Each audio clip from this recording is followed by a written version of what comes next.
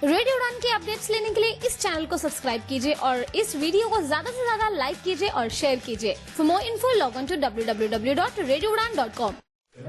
Good morning Mumbai. क्या आप RJ बनना चाहते हैं? क्या आपको लगता है आपकी आवाज हर किसी को मंत्र मुग्ध कर सकती है? अगर हाँ, तो बस लॉग ऑन करें www.radioudan.com पर और आज ही खुद को रजिस्टर करें, क्योंकि आरजे हंट सीजन 3 की सफलता के बाद रेडियो उड़ान लेकर आया है आरजे हंट सीजन 4, जिसमें विजेताओं को मिलेगा 10,000, 5100 और 3100 का नगद प्राइज और साथ ही रेडियो उड़ान के साथ काम करने का मौका। आज ही खुद को रजिस्टर करें और रजिस्ट्रेशन की आखिरी तारीख 15 जून है, तो फिर देर किस बात की? आज ही विजिट करें www.radioudan.com पर और खुद को रजिस्टर करें। या दोस्तों नमस्कार, मैं Danish Mahajan programme banking on the blind series में आपका स्वागत करता हूं। इस बार तीसरा एपिसोड होने वाला है और पहले 2 एपिसोड्स को आप लोगों ने बहुत प्यार दिया है। आप लोगों का बहुत धन्यवाद। उम्मीद यही है कि इस सीरीज से आपको बहुत कुछ सीखने को मिल रहा होगा। मैं यहाँ पर विविवा टीम का भी धन्यवाद करता हूँ। पिछली बार हमने रिक्वेस्ट की थी कि आप जो कैसे लेना है उससे रिलेटेड एक टेम्पलेट अपनी वेबसाइट पे अपलोड करें, जो लोगों को दिक्कतें आ रही थी, और पर्सनली तौर पे भी मैंने 3 लोगों को वो दिया और बहुत अच्छे फीडबैक आया, उन्होंने इस बात को माना, उसके लिए उनका धन्यवाद। आज का जो हमारा टॉपिक है, मुख्य रूप से हम 2 चीजों पर बात करेंगे, असिस्टिव टेक्नोलॉजी इन बैंकिंग और दूसरा विविवा की कॉन्फ्रेंस के बाद क्या घटनाक्रम हुआ, कहां कहां विविवा ने रिप्रेजेंटेशन दी। तो इन 2 चीजों पर हम बात करेंगे। हमारे साथ बात करने के लिए 2 खास मेहमान, विविवा प्रेसिडेंट राजेश असुदानी साहब जो आरबीआई में एजीएम भी है, वो रहेंगे, और साथ ही साथ हमारे साथ परवेज भाई हैं जो इंडियन बैंक में सीनियर मैनेजर हैं और विविवा के सेक्रेटरी हैं। आप दोनों का रेडियो उड़ान पे बहुत बहुत स्वागत।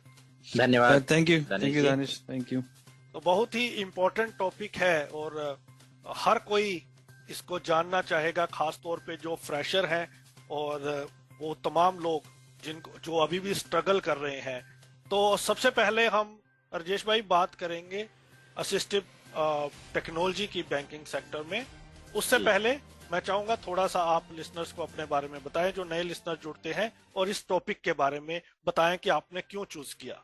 जी दोस्तों, सहेलियों, रेडियो उड़ान के श्रोताओं और मेरे सहयोगियों, बहुत बहुत आपका प्यार मिलता रहा है हमको, विविवा को और हमारी गतिविधियों को और रेडियो उड़ान।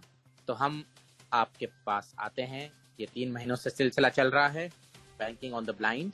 इसमें जो विविवा नामक संस्था है, विविवा मतलब visually impaired bank employees welfare association, अपनी तरह की ये खास अकेली संस्था है जो सारे देश के ब्लाइंड और लो विजन बैंक एम्प्लॉइज को अपने साथ लेके उनका प्रतिनिधित्व करती है। और हमारे मेंबर आप सब लोग बहुत बन रहे हैं, धड़ल्ले से बन रहे हैं। बहुत अच्छा, आपका बहुत बहुत धन्यवाद है। मैं प्रेसिडेंट हूँ, अध्यक्ष हूँ, राजेश आसुदानी कहलाता हूँ और रिजर्व बैंक ऑफ इंडिया में पिछले 19 वर्षों से कार्यरत हूँ और अभी इस समय असिस्टेंट जनरल मैनेजर के पद पर कार्यरत हूँ। मैं पूर्णतः दृष्टिहीन हूँ, टोटली ब्लाइंड हूँ जिसको कह सकते हैं। तो मैं जब से हूँ तब से तो आज तक बहुत बदलाव आ चुके हैं और हमें ये थॉट आया, ये कल्पना आई, संकल्पना आई कि एक ऑर्गेनाइजेशन होनी चाहिए, और वो हमने 2014 में कुछ साथियों ने मिलके बनाई और विविवा नाम दिया। कलकत्ते में हेड ऑफिस है, रजिस्टर्ड है। तो अब सवाल ये है कि बैंकिंग एक ऐसा क्षेत्र है जहां आज भी ब्लाइंड को नौकरियां अच्छी खासी मिल रही हैं। मैं ये इसलिए कह रहा हूं कि सारे क्षेत्रों में है, रिजर्वेशन तो सारे क्षेत्रों में है, जो गवर्नमेंट के क्षेत्र हैं, सरकारी नौकरियों में 1% रिजर्वेशन है, अब भी है, पहले भी था, 1995 से था, लेकिन इसका जो अमल है वो पूरी तरह नहीं हो पाता है। बहुत सारे सेक्टर्स में आज भी नहीं हो पाता है। जैसे मैं उदाहरण दूं आपको, शिक्षा क्षेत्र में कुछ प्रांतों को छोड़ के, हमारे यहाँ दिल्ली और राजस्थान में छोड़ के बाकी जगह आपको ब्लाइंड शिक्षक बहुत कम मिलेंगे, जबकि रिजर्वेशन तो वहां भी है, लेकिन वो अमल की बात। तो बैंकिंग में ये अमल शुरू हुआ और मैं रिजर्व बैंक में जाने वाला पहला दृष्टिबाधित व्यक्ति था जो डायरेक्ट ग्रेड बी के पद पर मैं गया, क्योंकि उन्होंने सीटों को रिजर्व किया। हालांकि मैंने ओपन में क्वालिफाई किया बाद में, लेकिन अगर वो अप्लाई ही ना करने देते, रिजर्वेशन करते ही नहीं, तो शायद मैं जा ही नहीं पाता। तो तो ये 2004 की बात है। देखिए 9 साल बीत गए 1995 के बाद, तो धीरे धीरे अमल हुआ। और आज बैंकिंग में फिर भी 1% तो हमारी स्ट्रेंथ नहीं है, हम लोग 1% आज भी नहीं है बैंकिंग में, लेकिन बाकी क्षेत्रों के मुकाबले मैं ये कहूंगा कि बैंकिंग में हम लोग ज्यादा से ज्यादा जा पा रहे हैं। अब केवल जाना ही पर्याप्त नहीं है, बैंकिंग में नौकरी मिलना ही पर्याप्त नहीं है, संघर्ष तो उसके बाद शुरू है। और वो संघर्ष क्या है? वो संघर्ष है कि हम बैंकिंग में काम कैसे करें और क्या काम, ये सबसे बड़ी चुनौती है। तो अब कैसे काम करें, क्या काम करें, इसकी भी लिस्ट बेबीबा ने बनाई है, अपने वेबसाइट पर है, अपडेट होती रहती है वो भी लिस्ट। लेकिन कैसे काम करें, ये एक बहुत बड़ी चीज होती है। तो मैं इसको शॉर्ट में कहता हूं कि हुआ, HUAA, किसी भी डिसेबल्ड के लिए, चाहे वो ब्लाइंड हो चाहे दूसरा डिसेबल्ड हो, उसके लिए हुआ, काम हुआ तब होता है जब human aid, universal design, assistive technology और एक्सेसिबिलिटी, ये 4 चीजें इकट्ठा होती हैं। मैं पहले भी इस पर बात कर चुका हूं, शायद इसी शो में बात कर चुका हूं। तो इसमें से एक भाग है असिस्टिव टेक्नोलॉजी, जो बहुत बड़ी चीज है वो। और वो टेक्नोलॉजी, आज की तो 21वीं सदी ही टेक्नोलॉजी की सदी है, कंप्यूटर की सदी है। तो ये टेक्नोलॉजी हर एक को सहायता करती है, हर इंसान की ये सहायता करती है, चाहे कोई भी टेक्नोलॉजी हो। जैसे मुझे एक किस्सा याद आ रहा है कि मैं एक मंच पर था और मैंने वहां कह दिया कि असिस्टिव टेक्नोलॉजी तो हर एक को चाहिए, तो लोग भौचक्का रह गए, उनके हिसाब से ये डिसेबल्ड को चाहिए। मैंने कहा नहीं साहब, टेक्नोलॉजी तो असिस्ट का मतलब होता है मदद करना, हेल्प करना। तो टेक्नोलॉजी तो हर एक को असिस्ट करती है। वो कहें कैसे? मैंने, मेरे जो बगल में बैठे थे गेस्ट, उनसे पूछा आप कैसे आए यहाँ पर? बोले कैसे आए माने? मैं कार में आया अपने घर से। तो मैंने कहा आपने असिस्टिव टेक्नोलॉजी का उपयोग किया? बोले नहीं, कार तो हर कोई यूज करता है।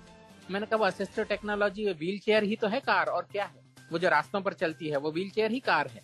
तो ये जब तक हमारा दृष्टिकोण नहीं बनता, ये परसेप्शन है कि असिस्टिव टेक्नोलॉजी सिर्फ दिव्यांगों के लिए चाहिए, सिर्फ विकलांगों के लिए चाहिए, जबकि जो भी व्यक्ति तकनीक का उपयोग करता है वो तकनीक उसको असिस्ट ही करती है। हाँ, दिव्यांगों को या तो दिखाई नहीं देता, सुनाई नहीं देता, है ना, तो इसलिए वो टेक्नोलॉजी उनको उस मामले में मदद करती है। जैसे ब्लाइंड के लिए असिस्टिव टेक्नोलॉजी मदद करेगी, जो दिखाई नहीं देता उसको ऑडियो में बनाए, उसको ब्रेल में बनाए, इस तरह की असिस्टिव टेक्नोलॉजी। तो हम काम जो बैंकिंग में करते हैं वो असिस्टिव टेक्नोलॉजी के सहारे करते हैं, सहारे कहूं या असिस्टेंस से करते हैं।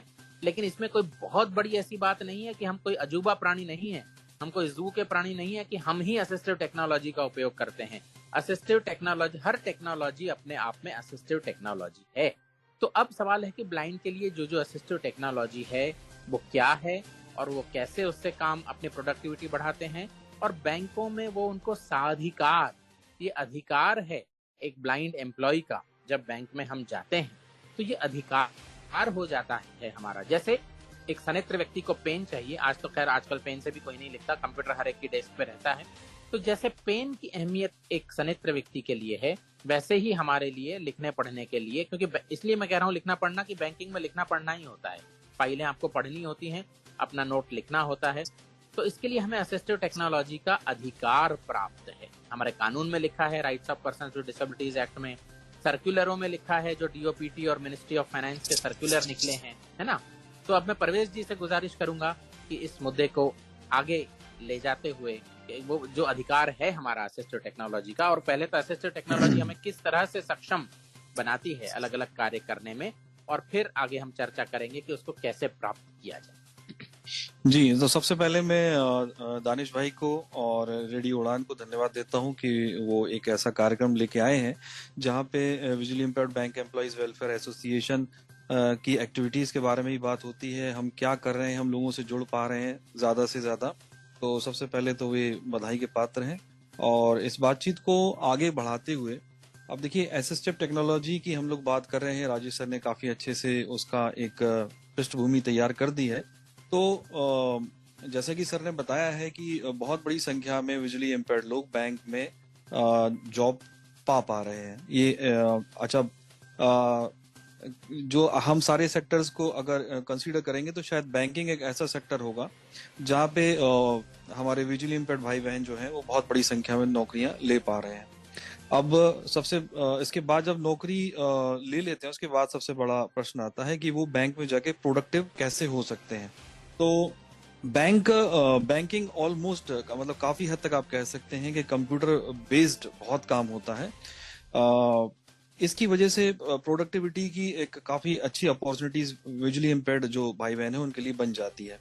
उसके लिए जरूरी ये होता है कि वे कंप्यूटर में बहुत अच्छी से ट्रेनिंग लें।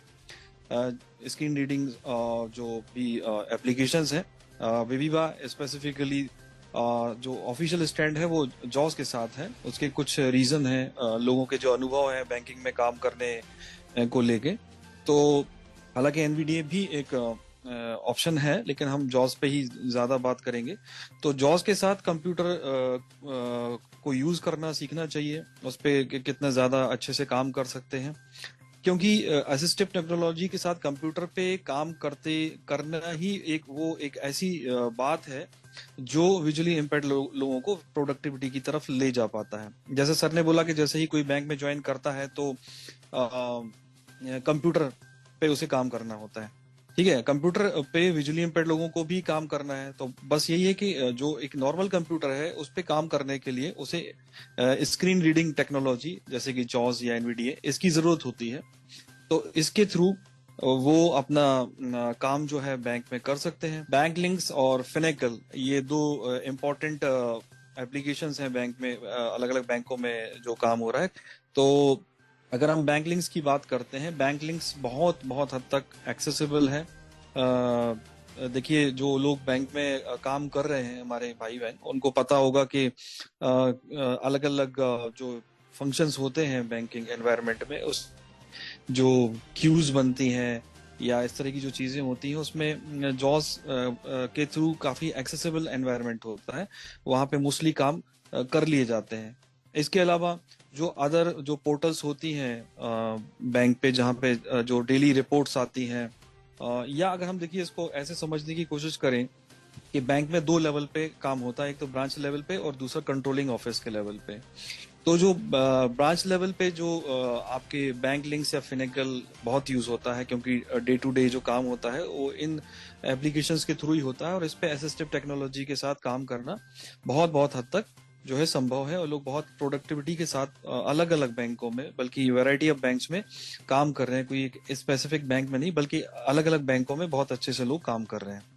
और दूसरा आपका जो होता है कंट्रोलिंग ऑफिस। तो कंट्रोलिंग ऑफिस में बेसिकली रिपोर्ट्स, जो डेटा आता है उसके लिए उनकी रिपोर्ट्स निकालना, उसको एनालिसिस करना, उस पे फॉलो अप करना। तो उसके लिए भी जो अलग अलग पोर्टल्स बैंक में बनी होती हैं, वो भी असिस्टिव टेक्नोलॉजी के साथ मोस्टली जो है वो एक्सेसिबल है। तो वहां पे भी अगर आप जो लोग कंप्यूटर पे अच्छे से ट्रेंड हैं और उन्हें स्क्रीन रीडिंग टेक्नोलॉजी यूज करना आता है, तो वो कंट्रोलिंग ऑफिस के एनवायरनमेंट में भी बहुत बहुत अच्छे से प्रोडक्टिव होते हैं। और वे डेटा वगैरह, क्योंकि आप वर्ड जो एमएस ऑफिस में वर्ड, एक्सेल और बाकी जो टूल्स हैं उसको बहुत अच्छे से सीख लेते हैं।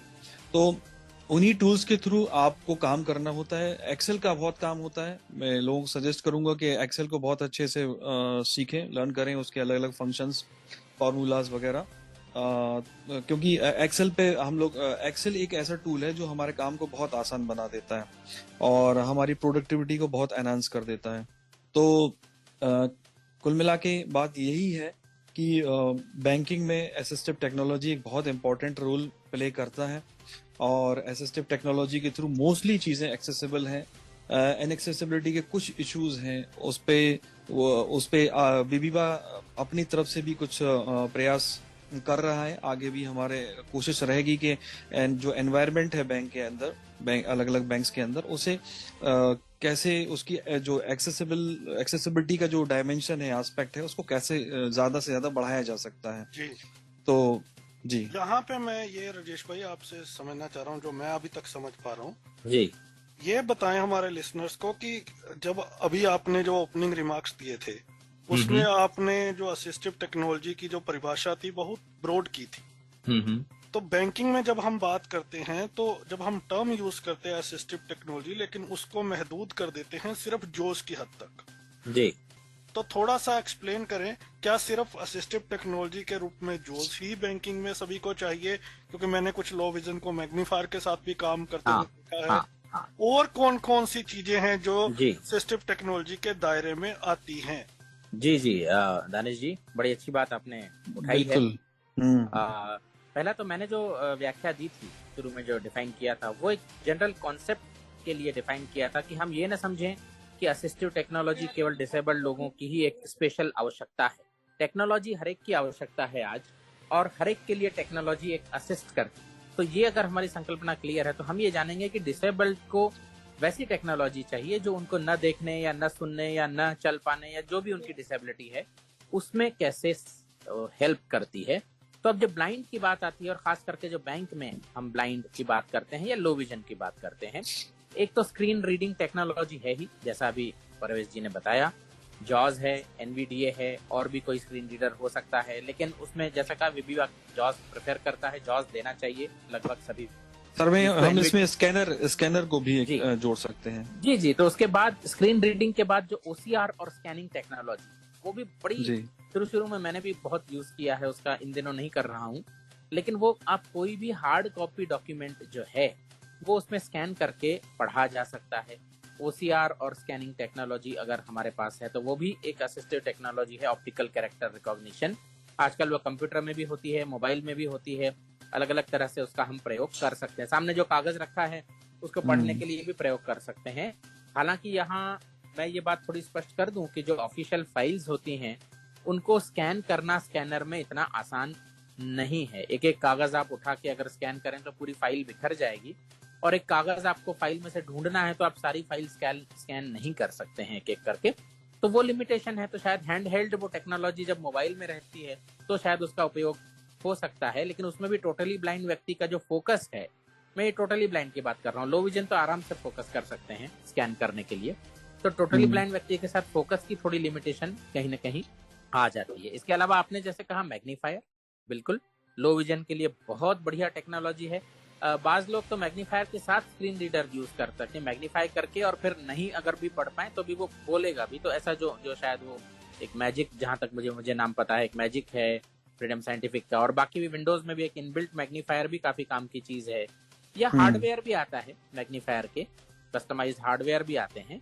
हमारे नागपुर में एक सेंटर है जो सस्ते दामों पर बहुत इंडिजिनस हार्डवेयर मैग्नीफायर्स उन्होंने बनाए हैं। तो ये अलग अलग तरह की असिस्टिव टेक्नोलॉजी, चाहे वो स्क्रीन रीडिंग हो, चाहे वो ओसीआर और स्कैनिंग हो, चाहे वो मैग्नीफायर हो, चाहे वो वॉइस रिकॉर्डर हो। कई बार तो वॉइस रिकॉर्डर आपको, अगर मीटिंग आप अटेंड कर रहे हैं और आपको बाद में मिनट्स बनाने हैं उसके एक ब्लाइंड व्यक्ति को, तो आप याद तो नहीं रख पाएंगे सारी मीटिंग किसने क्या कहा, तो आप रिकॉर्ड कर सकते हैं वॉइस रिकॉर्डर में उस तरह की। तो ये रिकॉर्डिंग टेक्नोलॉजी भी, तो इस तरह से सारी असिस्टिव टेक्नोलॉजियों की एक बड़ी रेंज है जो एक ब्लाइंड या लो विजन बैंक एम्प्लॉय को काम आ सकती है। बिल्कुल परफेक्ट। जी, मैं बस इसमें एक बात और जोड़ना चाह रहा हूँ कि असिस्टिव टेक्नोलॉजी की जो सारी रेंज की हमने बात की है, इसमें स्क्रीन रीडिंग पे ज्यादा फोकस थोड़ा सा इसलिए चला जाता है क्योंकि ये सबसे सिग्निफिकेंट एक मतलब एस्पेक्ट है पूरे बात का, जहाँ पे जो टोटली ब्लाइंड लोग होते हैं उनको वो प्रोडक्टिव होने में सबसे ज्यादा हेल्प करता है। क्योंकि जो लोग मैग्नीफायर यूजर हैं उनके लिए मैग्नीफायर यूज करके बहुत हद तक काम नॉर्मल लोगों की तरह ही हो जाता है। हालांकि उन्हें डिफिकल्टी होती है, हम लोग उसको रिकॉग्नाइज करते हैं, लेकिन बिना देखे और देख के काम करने में बहुत फर्क हो जाता है। तो स्क्रीन रीडर जो है वो बिना, जो लोग बिल्कुल नहीं देख सकते हैं उनके लिए बहुत बड़ी बात है, उनके लिए एकदम बिल्कुल कहना चाहिए कि मोस्ट इम्पोर्टेंट चीज हो जाती है। तो वो इसलिए थोड़ा सा उस पर फोकस ज्यादा चला जाता है। चलिए, अब ये तो फिगर आउट हो गया कि क्या क्या असिस्टिव टेक्नोलॉजी बैंकिंग सेक्टर में ब्लाइंड एम्प्लॉइज को चाहिए। अब सवाल जो हर बार हम डिस्कस करते हैं, हर कॉन्फ्रेंस में, हर प्रोग्राम में, कि how to obtain that technology. और इसमें मैं ये चाहूंगा कि आप अपने एक्सपीरियंस के हिसाब से ये भी बताएं कि आपने स्कैनर की बात की, आपने मैग्नीफायर की बात की, लीगली हम किस किस चीज के लिए इंटाइटल्ड हैं। एक होता है कि हमें जरूरत है, एक है कि हम इंटाइटल्ड किसके लिए हैं। तो एक तो ये बता दें ताकि अभी हम शो सुन के सारे लोग एप्लीकेशन ना डालनी शुरू कर दें कि हमें ये भी दो, हमें ये भी दो, हमें ये भी दो। तो लीगली हम किस चीज के लिए इंटाइटल्ड हैं और टेक्नोलॉजी को ऑब्टेन कैसे करना है, इसके बारे में अब थोड़ी आप चर्चा करें। बिल्कुल बिल्कुल। तो दानिश जी, मैं ये कहूंगा समस्त श्रोताओं से, लीगली इंटाइटल्ड होने से पहले की बात एक और सोची जाए, हमें कौन सी असिस्टिव टेक्नोलॉजी चाहिए जो हम इस्तेमाल भी कर सकते हैं। क्योंकि इतनी सारी रेंज बता दी, हर एक व्यक्ति कहेगा कि मुझे चारों तरह की असिस्टिव टेक्नोलॉजी चाहिए क्योंकि मैं ब्लाइंड हूँ या लो विजन हूँ। तो इसमें अपने आप में कंट्राडिक्शन आ जाता है। जिसको स्क्रीन रीडर चाहिए उसको मैग्नीफायर की जरूरत नहीं जनरली, और जो जिसको मैग्नीफायर चाहिए शायद उसको स्क्रीन रीडर की जरूरत नहीं होगी। तो पहले हम अपने आप से पूछें कि हमारी एबिलिटीज क्या हैं, हमारी डिसेबिलिटी कितनी है, और हम कौन सी असिस्टिव टेक्नोलॉजी वाकई इस्तेमाल कर सकते हैं यहाँ इस बैंक में काम करने। तो 4 जो तरह की हमने कही, हो सकता है चलिए 5 तरह की और एक तरह इसमें जोड़ देते हैं कोई। तो उसमें से हमें ये पहले नैरो डाउन खुद करना होगा कि भाई हमें स्क्रीन रीडर, जैसे मैंने जब ज्वाइन किया था तो मुझे पता था कि मुझे स्क्रीन रीडर और OCR स्कैनर 2 तरह की टेक्नोलॉजी चाहिए रिजर्व बैंक में काम करने के लिए। तो ये हुई पहली बात, खुद से पूछने की बात। नहीं आप खुद अंदाजा लगा सकते तो कोई NGO है वहां जाइए, वहां कुछ ट्रेनिंग वेनिंग लीजिए और पता कीजिए कि हम कौन सी असिस्टिव टेक्नोलॉजी हमारे लिए मुफीद होगी। ये हम जब जान जाएं तो उसके बाद आती है बात लीगल एंटाइटलमेंट की। बहुत बड़ी बात आपने कही, क्योंकि आजकल सारा जमाना लीगल हो रहा है, लेटर ऑफ द लॉ पर पूरी दुनिया और दिन ब दिन बढ़ती जा रही है मेरा ख्याल से। पहले कम से कम एक लीवे होता था, चलिए उसमें हम नहीं जाएंगे।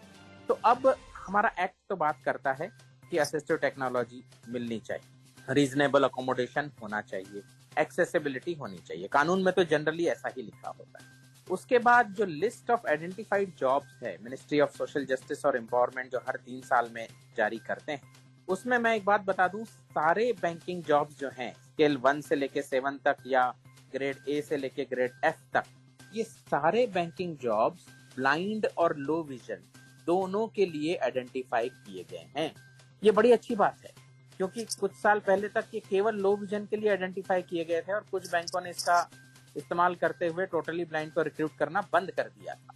लेकिन अब जो लेटेस्ट लिस्ट है 2018 और 2021, इसमें ये सारे के सारे बैंकिंग जॉब्स जो हैं ये ब्लाइंड, जिसको B कहते हैं शॉर्ट फॉर्म में वहां लिस्ट में, और लो विजन LV दोनों कैटेगरीज के लिए बाकायदा आइडेंटिफाइड किए। और ये लिस्ट एक और बात कहती है, ये लिस्ट कहती है कि जब हम किसी व्यक्ति की सूटेबिलिटी फॉर जॉब है या नहीं ये हम जब तय करते हैं तो अप्रोप्रिएट असिस्टिव टेक्नोलॉजी को फिगर इन किया जाना चाहिए। इसका मतलब ये हुआ कि जब हम इंटरव्यू देते हैं या जब हम अपनी सूटेबिलिटी प्रूव करते हैं, तो जब वो जजमेंट होता है, जो बैंक जज करता है, सामना इंटरव्यू बोर्ड जज करता है, तो उनको ये ध्यान में रखना होगा कि हमें असिस्टिव टेक्नोलॉजी दी जाएगी और हम उस असिस्टिव टेक्नोलॉजी से काम कर पाएंगे या नहीं। जैसे मैं आपको उदाहरण ये देता हूँ, जॉब रिक्वायरमेंट जो लिखी है बैंक ऑफिसर की, उसमें रीडिंग और राइटिंग भी लिखा है। अब सवाल ये है कि टोटली ब्लाइंड व्यक्ति जो परंपरागत तरीका है लिखने पढ़ने का, पेन पेपर से या टाइपराइटर से, वो तो नहीं कर पाएगा। चलिए टाइप तो कर ले, लेकिन वो पढ़ तो नहीं पाएगा और लिख तो पेन से नहीं पाएगा, है ना। तो इसमें रीडिंग और राइटिंग होगी या नहीं ब्लाइंड व्यक्ति की? होगी। इसीलिए होगी क्योंकि हम असिस्टिव टेक्नोलॉजी इसमें मद्देनजर रखेंगे। ये बाकायदा लिस्ट में लिखा है, तो हम स्क्रीन रीडिंग सॉफ्टवेयर मद्देनजर रखेंगे। तो ये बातें जानने की हैं, जो बिल्कुल क्लियरली जाननी चाहिए एम्प्लॉइज द्वारा भी और मैनेजमेंट के द्वारा भी। मैनेजमेंट को भी ये बातें पता होनी चाहिए। तीसरी बात ये आती है, जब लिस्ट ऑफ आइडेंटिफाइड जॉब्स की मैंने बात की और पहले कानून की बात, अब कौन कौन सी टेक्नोलॉजीज हम जो है वहां तो अप्रोप्रिएट असिस्टिव टेक्नोलॉजी लिखा है जो लिस्ट ऑफ आइडेंटिफाइड जॉब्स है।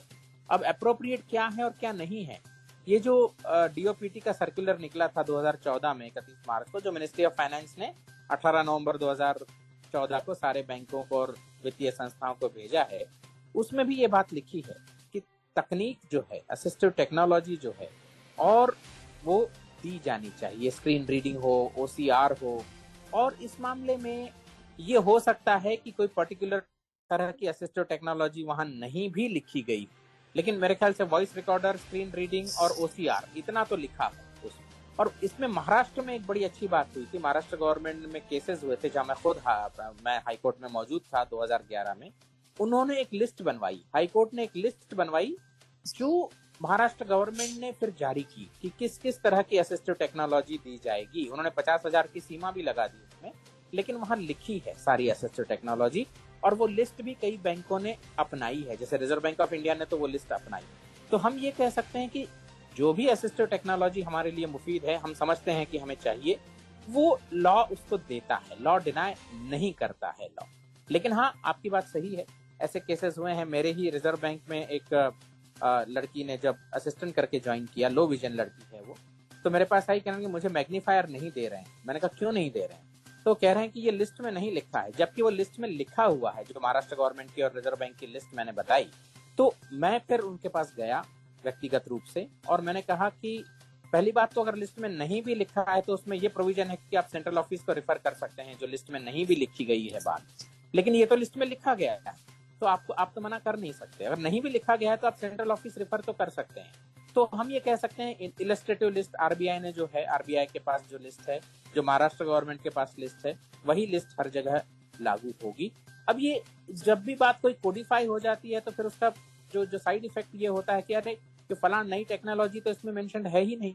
तो कभी कभी ऐसा हो सकता है, लेकिन हमें ये समझना चाहिए कि letter and spirit of the law, letter में लिखा हुआ है ये टेक्नोलॉजी है, जो कि सेंट्रल गवर्नमेंट की लिस्ट में नहीं लिखा है या डीओपीटी के सर्कुलर में भी पूरी तरह से नहीं लिखा है। महाराष्ट्र गवर्नमेंट की और आरबीआई की लिस्ट में जरूर लिखा है, लेकिन उसकी आत्मा जो है, जो स्पिरिट जो है, उसमें ये भी प्रोविजन है कि जो नहीं भी लिखी गई टेक्नोलॉजी और एम्प्लॉय मांग रहा है तो आप ये चीज हायर अथॉरिटीज के पास भेजिए और मंजूरी लीजिए, तो आप दे सकते हैं इस तरह की टेक्नोलॉजी।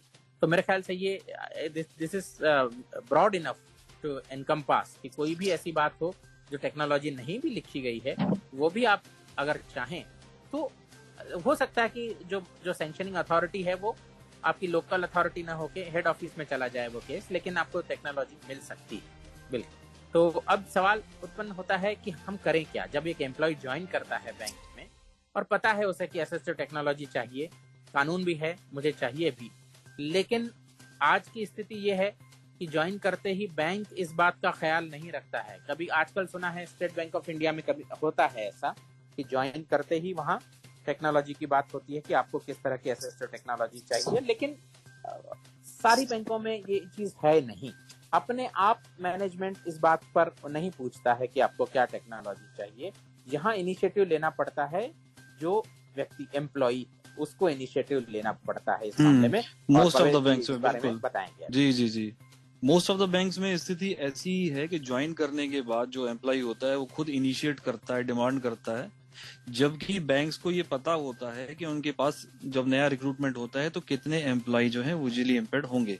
उनके पास डिटेल होता है कैटेगरी वाइज। जैसे उनके पास ये पता होता है कि कितने हमने अलग अलग कैटेगरीज के एम्प्लॉयज इंडक्ट किए हैं, उसी तरह से विजुअली इम्पेयर्ड का भी डिटेल उनके पास होता है नंबर्स का। लेकिन तब भी जहां तक हमारी जानकारी है, स्टेट बैंक ऑफ इंडिया के अलावा और भी बैंक्स हो सकते हैं, ये मतलब जहां तक हम लोगों को पता है, स्टेट बैंक ऑफ इंडिया के अलावा और कोई बैंक ऐसा नहीं है जो इंडक्शन के टाइम पे ही लोगों को स्क्रीन रीडिंग सॉफ्टवेयर या असिस्टिव टेक्नोलॉजी प्रोवाइड कर देता है। मोस्टली बैंक्स में ज्वाइन करने के बाद वो प्रोसेस शुरू होता है और कई बार वो उसमें महीनों का टाइम लग जाता है, वेरी करता है अलग अलग बैंक की सेंसिटिविटी के ऊपर। और ये भी बड़ी अलग सी बात है कि अलग अलग बैंकों में जो मैनेजमेंट का लेवल है सेंसिटिविटी को लेकर, वो कितने सेंसिटिव है, वो अलग अलग है। तो जैसे जैसे बैंक जितने ज्यादा सेंसिटिव है वो जल्दी प्रोवाइड कराते हैं, और जो थोड़ा सा कम सेंसिटिव है उनके यहाँ कई बार 6-6 महीने 8-8 महीने का भी टाइम लग जाता है, सालों का भी टाइम लग जाता है। तो ये एक सिनेरियो है पूरी बैंकिंग इंडस्ट्री में जो बैंक टू बैंक बड़ा डिफर करता है।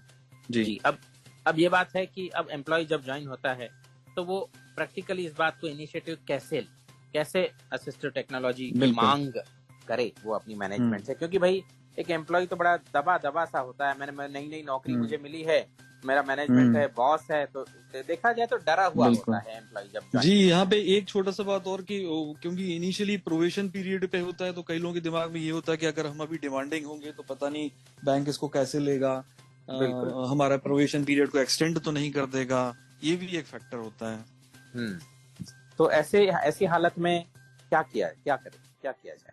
तो जैसा कि हम बीबीआई ने एक टेम्पलेट जो सर्कुलेट किया है पीछे, एक सैंपल लेटर बना के कि अगर कोई विजुअली इम्पेयर्ड एम्प्लॉय अपने बैंक से जो है वो असिस्टिव टेक्नोलॉजी की डिमांड करना चाहता है तो वो उस तरह का एक सैंपल लेटर हमने बनाया है जिसका यूज लोग करने भी लगे हैं और कर सकते हैं। तो वो ब्रांच सबसे पहले जो है अपना जो रिपोर्टिंग अथॉरिटी होता है ब्रांचेस में, जो ब्रांच मैनेजर होगा, उसे एक लेटर देना चाहिए। वो फिर अपने जो कंट्रोलिंग ऑफिस होता है उसको वहां फॉरवर्ड किया जाता है और उसके बाद वो हेड ऑफिस जाता है और यूजुअली सारे बैंक्स में हेड ऑफिस के लेवल पे ये असिस्टिव टेक्नोलॉजी प्रोक्योर की जाती है और फिर उसे जो है वो डिस्ट्रीब्यूट किया जाता है।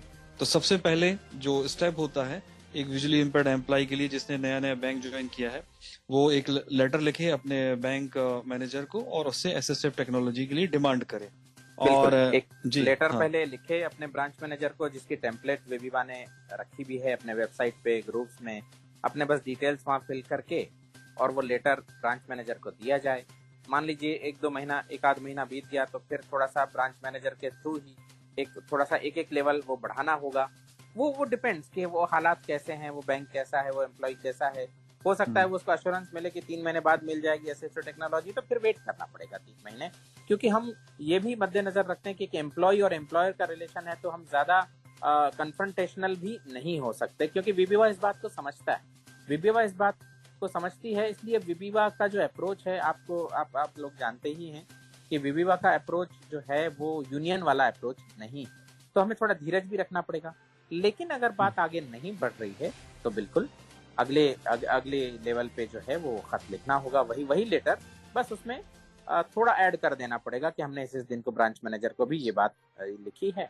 तो इसी तरह से इस बात को आप आगे ले जा सकते हैं और मुझे नहीं लगता कि एक दो लेवल से आगे ले जाने की जरूरत कहीं होनी चाहिए आज की तारीख में। अगर है तो फिर वो विबीवा से भी संपर्क कर सकता है व्यक्ति और विबीवा भी किसी तरह से वो हेल्प उसकी कर सकता है। अब इसमें दो जी हाँ, मैं ये कहना चाह रहा था कि जैसे मैंने प्रोबेशन की बात की थी, तो लोगों को ये नहीं सोचना चाहिए कि वो प्रोबेशन पे हैं तो डिमांड ना करें। आप इनिशियली बिल्कुल उससे ऐसे कोई हमारी जानकारी में अभी तक कोई भी ऐसा केस नहीं आया है जहाँ पे असिस्टिव टेक्नोलॉजी की डिमांड के चलते किसी विजुअली इम्पेयर्ड एम्प्लॉइज के प्रोबेशन में कोई छेड़छाड़ हुई हो। तो आप लोग बिल्कुल, वो आपकी जरूरत है और आपका एक लीगल राइट है। आरपीटी एक्ट इसको इंश्योर करता है कि एम्प्लॉयर अपने एम्प्लॉइज जो फिजिकली चैलेंज्ड एम्प्लॉय हैं उन्हें उनके लिए असिस्टिव टेक्नोलॉजी की अवेलेबिलिटी को असरटेन करे। तो आपका लीगल राइट है, आप उसको लेके बिल्कुल ज्वाइन करने के बाद साथ ही आप अपना रिप्रेजेंटेशन दे सकते हैं। जी, मैं यहाँ आपसे जानना चाहूंगा, आप इसको आगे बढ़ाए कि आपने ये कहा कि मुझे नहीं लगता कि 2-3 लेवल पे होने के बाद ऐसा ना हो। अगर हो तो फिर आप कर सकते हैं। मैं थोड़ा सा डिसएग्री करता हूँ इस बात से आपकी। आरआरबी बैंक में सिचुएशन आज भी बहुत पैथेटिक है। जी हम उस पे आते ही हैं। हाँ, क्योंकि और मेन स्ट्रीमिंग में भी आ रहा हूँ मैं। मेन स्ट्रीम बैंक में भी जो छोटे बैंक हैं जैसे पंजाब एंड सिंध बैंक जैसे हैं, वहाँ पे भी स्ट्रगल बहुत करना पड़ता है। कुछ केसेस तो ऐसे हैं कि जेडएम ने ये तक कहा कि ये होता क्या है। हो सकता है। और आईटी वालों ने भी ये कहा कि ये मिलेगा कहाँ से, we are listening the first time. हाँ, बिल्कुल हो सकता है जी, बिल्कुल। तो ये, और तीसरी बात, मेन स्ट्रीम बैंक में भी बात करें, अवेयरनेस लेवल बिल्कुल ज्यादा है, चाहे वो आरबीआई हो, एसबीआई हो, यूनियन बैंक हो, बड़ौदा बैंक हो, लेकिन केनरा बैंक, लेकिन आज भी एसबीआई में बहुत सारे ऐसे लोग हैं जिन्हें ये टेक्नोलॉजी नहीं मिल रही है, सब कुछ होने के बावजूद भी। तो इसको थोड़ा ये मुझे लगता है कि zonal to zonal, RO to RO, person to person भी मैटर करता है, बैंक टू बैंक भी, बिल्कुल बैंक टू बैंक। तो इसके ऊपर भी थोड़ा सा बताएं। बिल्कुल, आपने बहुत सही बात कही है दानिश जी। ये RO to RO, bank to bank, office to office, person to person matter करता है। हमने जनरल लेवल पे जो डाटा, जैसे मैंने पहले भी अर्ज किया था कि हमारे जो वेबसाइट है उस पर जो रियल टाइम डायनामिक डाटाबेस है, जिसको साधारण भाषा में हम कहें प्रोफाइल। मैं हमेशा, हमने जो लास्ट एपिसोड में भी अपील की थी, सबसे पहले एपिसोड में, कि प्रोफाइल बनाएं, प्रोफाइल अपडेट करें, चाहे मेंबरशिप आप लें या ना लें तो अच्छा। तो जो प्रोफाइल से हमें जो डाटा मिला है, हमने अभी मध्य मई में ही कोलेक्ट किया डाटा को, कि यह आखिर हालत क्या है असिस्टिव टेक्नोलॉजी की, मिली है, नहीं मिली है, कहाँ ज्यादा मिली है, किन बैंकों में कम मिली है। तो मैं गुजारिश करूंगा परवेज जी से इस बात पर वो प्रकाश डालें कि हमारा डाटा क्या कहता है। हाँ, तो देखिए, दानिश जी ने बड़ी इंपॉर्टेंट बातें कही हैं। ये असिस्टिव टेक्नोलॉजी को लेकर बैंक टू बैंक और जो है अलग अलग लेवल पे जो डिफरेंसेस आ रहे हैं। देखिए, हमने अभी अपना विबीवा का जो डेटा है हमारे पास, सबसे पहले तो देखिए, जैसे सर ने कहा कि हम लोगों ने अपील किया था कि लोग अपना प्रोफाइल बनाएं, मैं अभी फिर लोगों से कहूंगा कि आप देखिए मेंबरशिप लें चाहे ना लें, अपना प्रोफाइल बनाएं, अपडेट करें, ताकि विविवा जो एक्शन लेने की कोशिश कर रहा है, हम लोगों के पास जो डेटा आता है आपका, उसी के बेसिस पे हम लोग अपने आगे की रणनीति बना रहे हैं। अभी इसी बात को आगे बढ़ाते हुए हमने अभी रिसेंटली हमें एक जनरल रिप्रेजेंटेशन देनी है अलग अलग मिनिस्ट्रीज में, तो उस पे हमारे पास जो आज तक का डेटा है हमने उसको एनालाइज किया। अब उसमें हमने देखा कि जो आपका स्टेट बैंक ऑफ इंडिया है या कैनरा बैंक है या एक दो बैंक और हैं यूनियन बैंक जैसे, तो वहां पे करीब मान के चलिए कि जो हमारे पास डेटा है उस इंफॉर्मेशन के आधार पे अगर हम देखें तो 65 से 70 या 60 से 65% जो विजुअली इम्पेयर्ड एम्प्लॉइज हैं उन्हें असिस्टिव टेक्नोलॉजी या स्क्रीन रीडर या जॉज या मैग्नीफायर वगैरह मिल चुका है। लेकिन कुछ बैंक्स ऐसे हैं, जैसे दानिश जी ने बोला ही, रीजनल रूरल बैंक्स की जो स्थिति है। इसके अलावा हमने इंडियन ओवरसीज बैंक में भी देखा, वहां पे भी जो है काफी कम परसेंटेज लोगों को जो है जॉस मिला है। और रीजनल रूरल बैंक और आईओबी, यहाँ पे हम लोग आरआरबी को तो हम शायद रिप्रेजेंटेशन भेज चुके हैं इसको लेके। हमने वेबिनार भी किया था ताकि हम आरआरबी में जो हमारे विजिलेंस इम्पेयर्ड एम्प्लॉइज हैं उनकी स्थिति को और गहराई से समझ सकें। और रिसेंटली हमारे पास बहुत सारे लोग वीआई एम्प्लॉइज ने प्रोफाइल बनाया, उसके आधार पे हमें जो डेटा मिला है उसके आधार पे हमने रिप्रेजेंटेशन बना के भेज भी चुके हैं। इंडियन ओवरसीज का भी हम लोगों ने एक गूगल फॉर्म सर्कुलेट किया हुआ है ताकि हम एक लेटेस्ट जो डेटा मिल जाए और उसके बेसिस पे हम उसके मैनेजमेंट को लिख सकें। जहां तक रही अप्रोच या सेंसिटिविटी की बात जो है अलग अलग बैंकों में या अलग अलग लोगों की, तो ये एक ऐसी चीज होगी जो जिसपे हमें मतलब विजुअली इम्पेयर्ड जो एम्प्लॉइज हैं उनको ही हमेशा ये रिस्पॉन्सिबिलिटी लेके चलना पड़ेगा, क्योंकि ऐसी जितना ज्यादा से ज्यादा लोगों मतलब हम अपनी बात करेंगे या कहेंगे या वोकल होंगे, उतना ज्यादा से ज्यादा लोग अवेयर होंगे। अब हमारे जैसे मेरे बैंक में लोगों को बहुत कुछ नहीं पता है, वो मुझे 10 साल से देख रहे हैं, लेकिन वो इतना तो जानते हैं कोई एक एप्लीकेशन होती है जिसकी हेल्प से ये काम करता है। लेकिन मैं आईटी वाले लोगों की बात कर रहा हूँ, जो आईटी डिपार्टमेंट के लोग हैं, उनको भी स्पेसिफिकली नहीं पता है कि ये टेक्नोलॉजी मुझे हेल्प कैसे करती है। वो अभी भी आके वो बेसिक सी बातें पूछते हैं, अच्छा ये सब पढ़ देता होगा ना, अच्छा ये आपको बता देता है क्या कहाँ है। तो वो कई लोगों को ये लगता है कि जो स्क्रीन रीडर है वो वही आपको सब बताता है कि अब आपको क्या प्रेस करना है या क्या प्रेस नहीं करना है ना। जैसे कि वही बता रहा है कि अब अप एरो प्रेस करिए आप या डाउन एरो प्रेस करना है, कहाँ पे आपको क्या कमांड देना है। तो अवेयरनेस के स्तर पे देखें तो ये एक स्थिति हमेशा बनी रहेगी, जहाँ पे जो आपने बोले कि लोग बोल देते हैं कि ये क्या है, हम तो पहली बार सुन रहे हैं, ये बना ही रहेगा। उसका दूसरा कारण है, उसका कारण ये है कि जब लोगों को बीटेक के लेवल पे पढ़ाया जाता है आईटी, तो उसमें असिस्टिव टेक्नोलॉजी या इस तरह की बातें ही नहीं की जाती हैं। अगर मुझे लगता है उस स्तर पे ही ये करिकुलम में इंक्लूड कर दिया जाए तो वो शायद उसको लेके अवेयर रहेंगे। इसके अलावा मैं तो ये भी कहूंगा कि जो आई स्पेशलिस्ट हैं उनको भी नहीं पता होता है, वो केवल आंखों का इलाज करना जानते हैं। वो आप जाएंगे तो वो बस इतना उनकी जो शिक्षा या उनका जो माइंडसेट है वो इतना है कि आप पहुंचे अपनी बीमारी को लेके, आप ठीक हो सकते हैं या नहीं हो सकते हैं। अगर आप नहीं हो सकते हैं तो आपका रिहेबिलिटेशन कैसे होगा, उसमें असिस्टिव टेक्नोलॉजी क्या रोल प्ले कर सकती है, उसके बारे में यूजुअली नहीं पता होता है। यहाँ भी मुझे लगता है कि बहुत बड़ा एक गैप है कि वहां पे भी जो आई स्पेशलिस्ट है, स्पेसिफिकली एमबीबीएस के बाद जो स्पेशलाइजेशन होता है, तो वहां पे भी असिस्टिव टेक्नोलॉजी को इंक्लूड कर देना चाहिए, क्योंकि डॉक्टर ही पहला वो आदमी होता है अधिकांश केसेस में जो लोगों को गाइड कर सकता है कि अगर आपकी आंखें नहीं ठीक हो रही तो आप रिहेबिलिटेट कैसे हो सकते हैं, और उसमें फिर असिस्टिव टेक्नोलॉजी का एक रोल होता है। तो ये अवेयरनेस जो बैंक के लेवल पे नहीं है, ये स्थिति आई थिंक तो बनी ही रहेगी। एक तो जो मैंने कारण बताए वो है, इसके अलावा एक और बहुत महत्वपूर्ण कारण है कि बैंक में ना स्ट्रेस बहुत होता है, तो आदमी अपने काम को ही लेके इतना स्ट्रेस में होता है कि वो बाकी चीजों पे ध्यान ही नहीं दे पाता।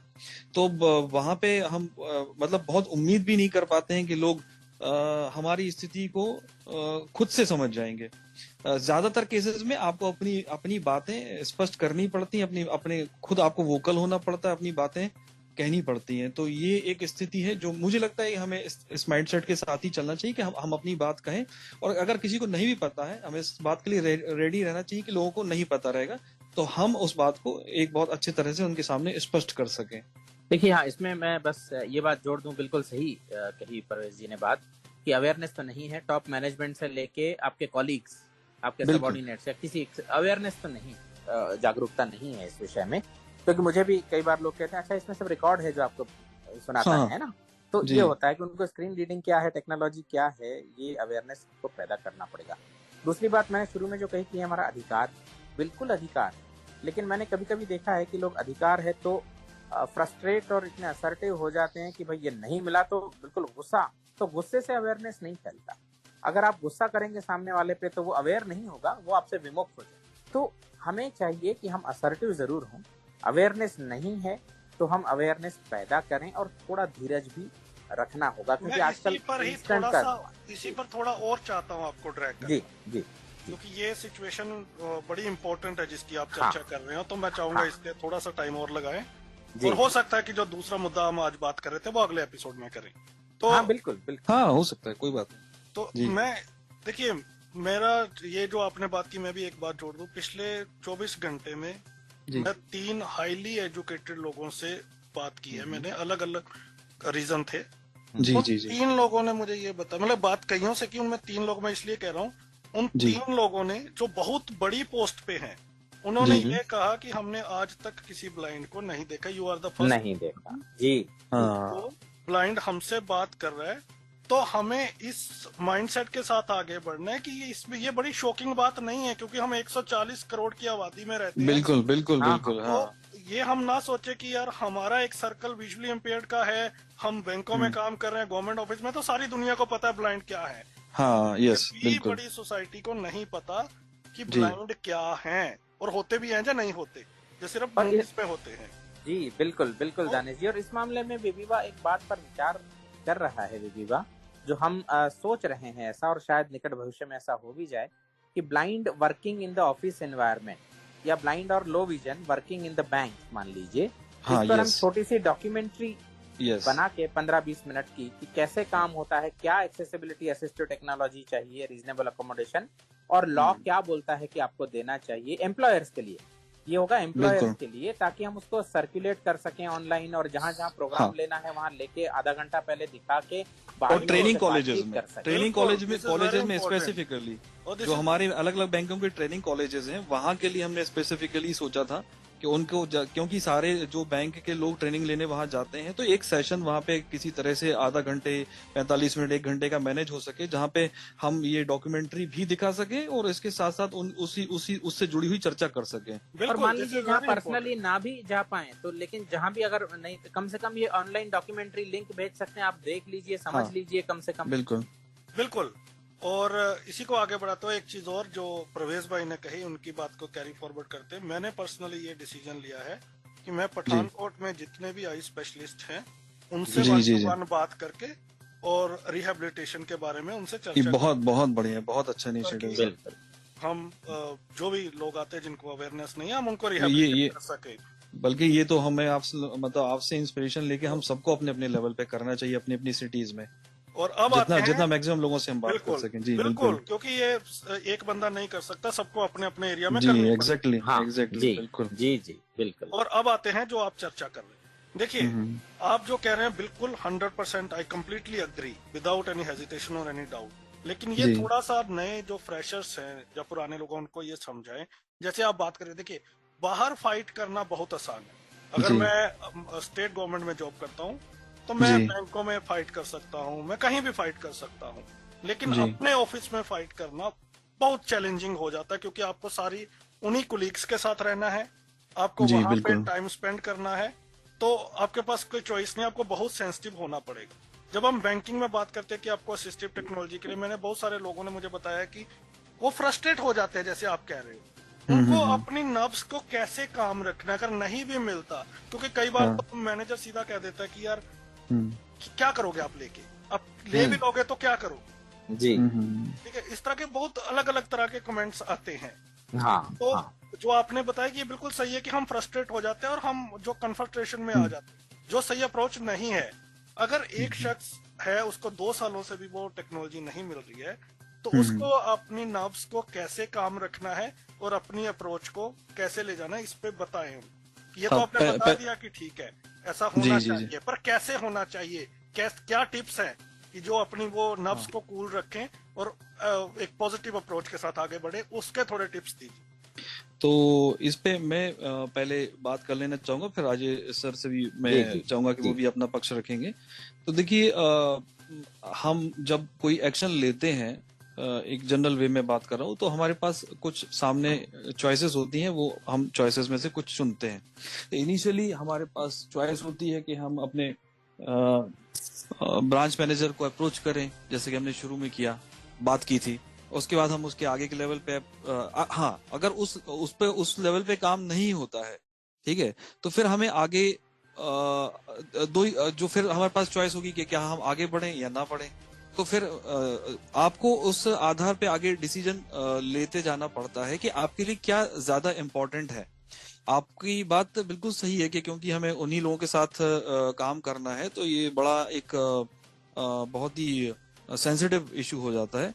लेकिन हमें दूसरी तरफ ये भी देखते रहना पड़ता है कि हम कितना अपने आप से कॉम्प्रोमाइज कर सकते हैं। मैं एक एग्जांपल दे रहा हूँ। मेरे एक कलीग हैं इंडियन बैंक में, तो उन्होंने बहुत कोशिश की जॉब्स के लिए, और अलग अलग लेवल पे सारे लेवल जो हो सकते थे उन्होंने लिखा, और कहीं भी सुनवाई नहीं हो रही थी, और भी काफी उनके कुछ और भी इश्यूज थे। लेकिन अल्टीमेटली फिर उन्होंने सीसीपीडी पे अपनी रिप्रेजेंटेशन डाल दी। तो सीसीपीडी उस समय इलाहाबाद बैंक हुआ करता था, तो क्योंकि इलाहाबाद बैंक और इंडियन बैंक मर्ज होकर अब इंडियन बैंक है, तो ये 3-4 साल पहले की बात है। तो सीसीपीडी ने फिर सीधा डायरेक्टली जब बैंक मैनेजमेंट को लिखा, तो फिर लोग दौड़े दौड़े उनके पास गए, करे यार जी आपने ये क्या कर दिया। तो कहने का मतलब ये है कि देखिए, आपको हर चीज के लिए फिर तैयार रहना पड़ता है। उसमें कई बार आपके लिए कुछ अनकंफर्टेबल सिचुएशन भी बन सकती है, और लेकिन मोस्ट ऑफ द केसेस में अगर सिचुएशन बनती भी है इस तरह की कोई अनकंफर्टेबल, तो वो धीरे धीरे डाइल्यूट भी हो जाती है जब आप प्रोडक्टिव हो जाते हैं। तो मेरा इस पे जो एक्सपीरियंस है वो ये है। और मैं राजेश सर से चाहूंगा कि वो एक अपना पक्ष रखें, क्या वो सोचते हैं।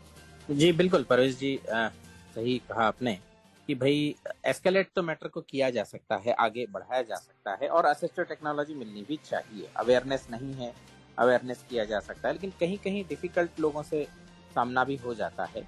तो उस मामले में बड़ी दिक्कत हो जाती है। अंदर से आपको लगता है कि हमारा अधिकार है, मिलना चाहिए, होने पर हम प्रोडक्टिव होंगे। अब ये जो सवाल जैसे दानिश जी ने कहा कि ब्रांच मैनेजर या कोई डिफिकल्ट व्यक्ति आपसे करता है हायरार्की में जो आपसे ऊंचा है ना, हायरार्की की भी बात आती है। हमारे यहाँ अब नहीं कहना चाहिए, कहने को तो लोकतंत्र है, लेकिन लोकतंत्र सिर्फ वोट देने तक सीमित है। हमारा जो कल्चर है वो लोकतांत्रिक कल्चर नहीं।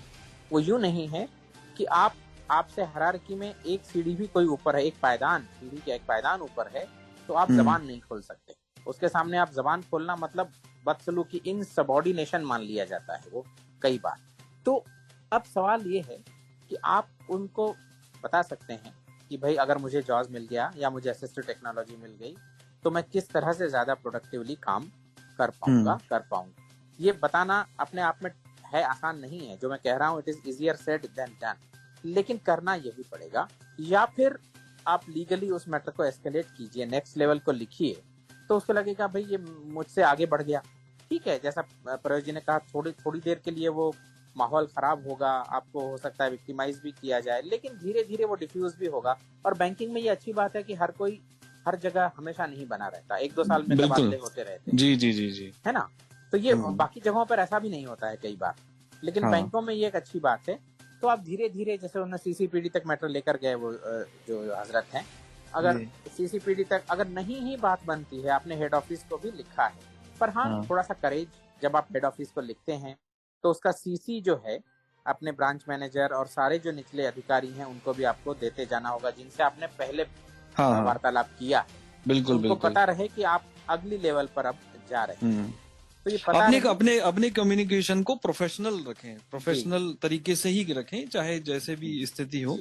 जी। और थोड़ा मनोवैज्ञानिक आधार, थोड़ा हो सकता है कभी किसी को काउंसलिंग की जरूरत पड़े, साइकोलॉजिकल सपोर्ट की जरूरत पड़े, तो बिल्कुल उसके लिए भी विविवा है। हमारे यहाँ हम लोग क्वालिफाइड काउंसलर्स भी हैं, तो वो भी हम सुविधाएं इस तरह की भी अपने मेंबर्स को इनफॉर्मली तो देते रहते हैं। हमें फोन आते रहते हैं, हम बातचीत करते रहते हैं। जी। इनफॉर्मली तो उस तरह का सपोर्ट हम लोग देते रहते हैं, क्योंकि सही बात है, ये मनोवैज्ञानिक रूप से बड़ी जो है ना मानसिक संत्रास जिसको कहते हैं, उस वाली स्थिति तो उत्पन्न हो ही जाती है।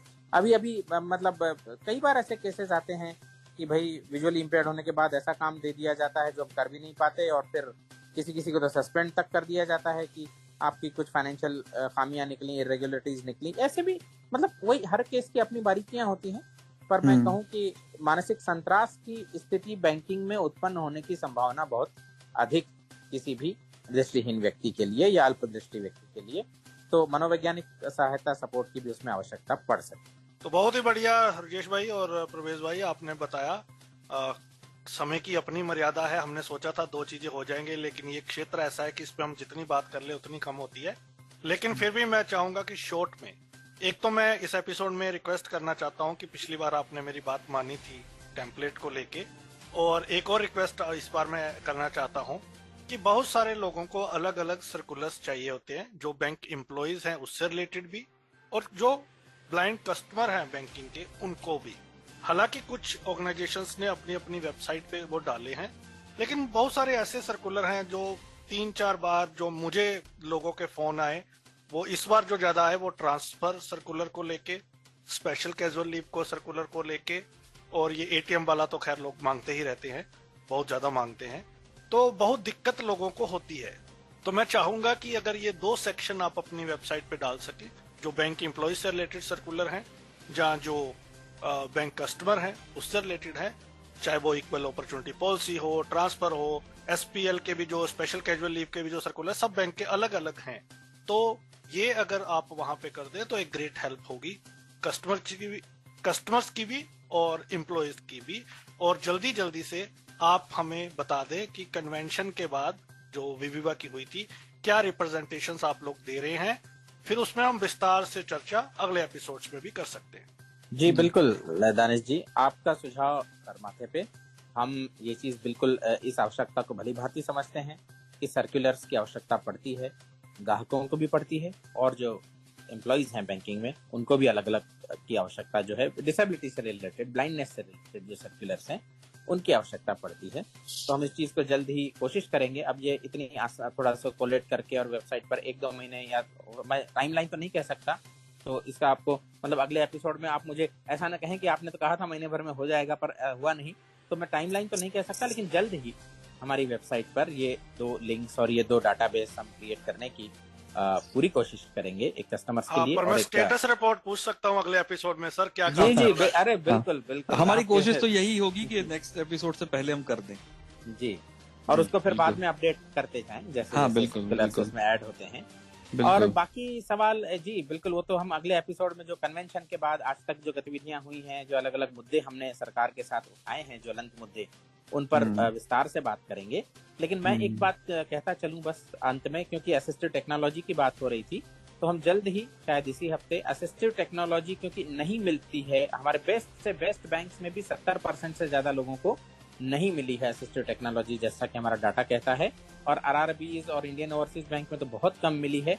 तो हम इस मामले में एक रिप्रेजेंटेशन सरकार को भेजने जा रहे हैं, सारी मिनिस्ट्रीज को भेजने जा रहे हैं, और उसमें हम एक्शन लाइन भी प्रपोज करेंगे कि क्या होना चाहिए, किस तरह से इंश्योर करवाएं मिनिस्ट्रीज, क्योंकि देखिए एग्जीक्यूटिव का काम तो इम्प्लीमेंटेशन करवाना है ना पॉलिसीज का, तो वो किस तरह से इम्प्लीमेंट करवा सकती हैं कि असिस्टिव टेक्नोलॉजी मिल रही है या नहीं, ये पीरियडिकली रिपोर्ट्स ले सकते हैं, और इस तरह से हम उसमें अपने सुझाव और वस्तु स्थिति जो है वो लिखते हुए जल्द ही ये रिप्रेजेंटेशन भी भेजने जा रहे हैं। तो अगले एपिसोड में उस पर भी विस्तार से चर्चा होगी, और बाकी जो ऑलरेडी हम मुद्दे उठा चुके हैं अब तक जनवरी के बाद, उन पर भी विस्तार से बातचीत हो सकती है।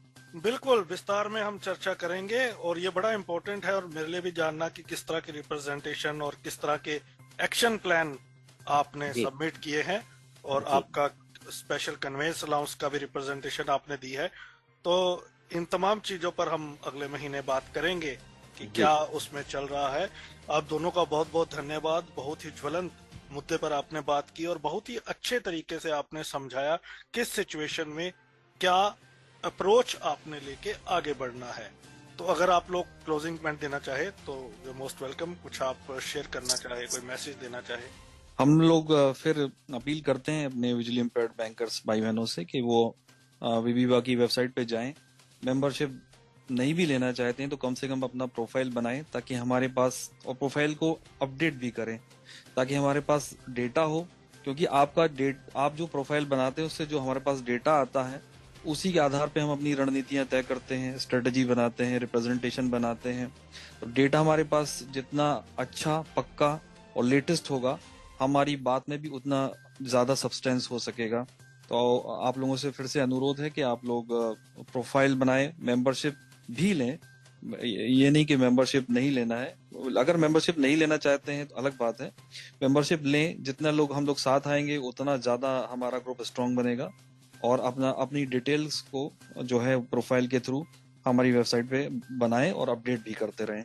जी बस बिल्कुल, मैं भी यही कहना चाहूंगा जो प्रवेश जी ने कहा अभी, कि प्रोफाइल बनाएं, डाटा दें, अपडेट करते रहें। वो बहुत जरूरी है, अपडेशन बहुत जरूरी है। डाटा का हम भूल जाते हैं अक्सर करना, तो ये जरूरी है। और उसी तरह से हमारी रणनीतियां बनती रहेंगी।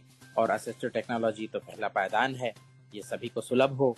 और उसके बाद जो प्रोडक्टिविटी हमारी आरंभ होती है, और उसके बाद जो और बाकी सब सारी सुविधाएं, सब कुछ जो होना चाहिए एक optimally productive banking life from recruitment to retirement, यही हमारा उद्देश्य है। और इसीलिए हम संलग्न हैं, आपका साथ सहयोग चाहते हैं।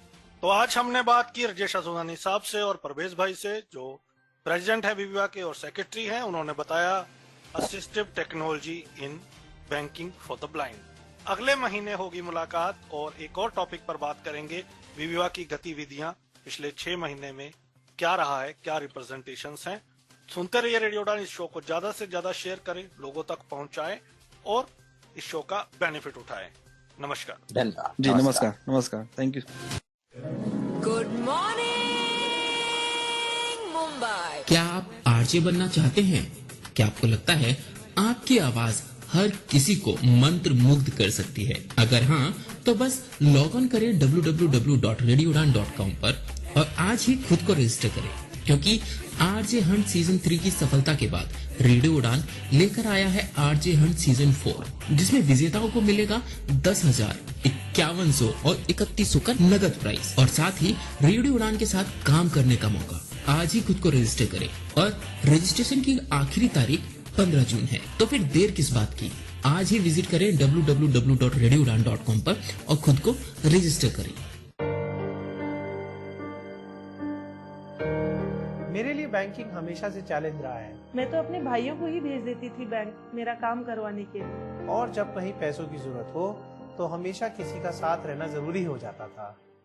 लेकिन जब से यूनियन बैंक ऑफ इंडिया में अकाउंट एक्टिवेट कराया है, अपनी बैंकिंग मैं खुद करती हूँ, यूनियन स्पर्श डेबिट कार्ड के साथ। इसका खास डिजाइन, जैसे कि साइड में नॉच और लेटर यू जो कि ब्रेल में एम्बॉस किया गया है, हमेशा मुझे बैंकिंग के करीब रखता है। इसकी एक खास बात बताऊं? इसमें है अपनेपन का स्पर्श। अपनेपन का स्पर्श।